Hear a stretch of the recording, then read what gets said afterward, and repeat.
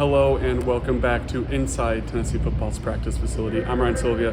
This is Noah Taylor. We are with VolReport.com on the Rivals Network, and we just briefly spoke with Josh Heupel for about 4.5 minutes as he gives his final updates to the media ahead of Tennessee's clash with Austin Peay to open up the Neyland opener for this season.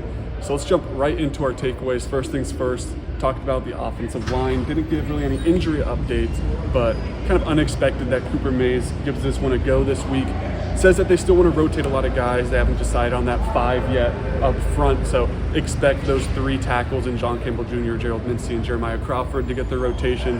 At guard, there should be rotations as well. I think Dane Davis in the mix kind of everywhere on the line, and obviously should be Ollie Lane playing some center as Cooper Mays is still out.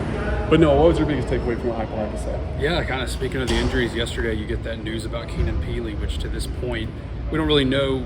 We expect to see Cooper Mays sooner rather than later, but I would say to this point, the Keenan Pili news has been the biggest injury news because, the word is multiple weeks for him, a guy that's played a lot of football, a transfer from BYU, a 2-time captain there, and looked well, looked really good in his debut at Tennessee last week against Virginia, and coaches even said this week he won a game ball for that performance. So what you're going to expected to rotate a bunch of guys this week, kind of show off some of that depth they've talked about in the linebacker room all offseason. Now it's necessity because your Keenan's out. Now you're going to not just get a look at this linebackers room, but get a look at what it could look like for the foreseeable future, I think. So it's going to be big for those guys. And Josh Heupel said today they're going to rotate, in his words, a bunch of guys back there. Some guys come to mind. Elijah Herring, obviously listed behind him on that depth chart. Sophomore, played last year.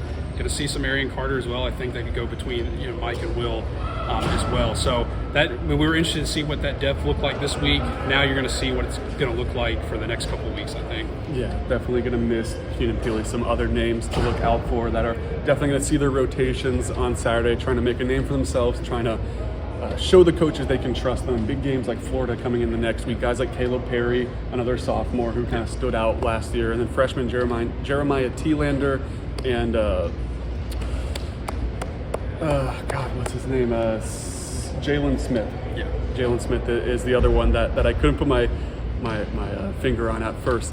But those guys should definitely see some run this weekend as well. Last thing I want to talk about is Dylan Sampson. Of course, 4-touchdown day for him in the Music City against Virginia.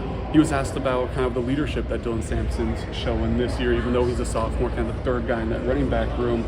He said he stepped up as a sophomore, as a leader. Originally wasn't a guy that was on their leadership council that they named, but kind of through his leadership demanded to be put on it. And at this point, he is on that council.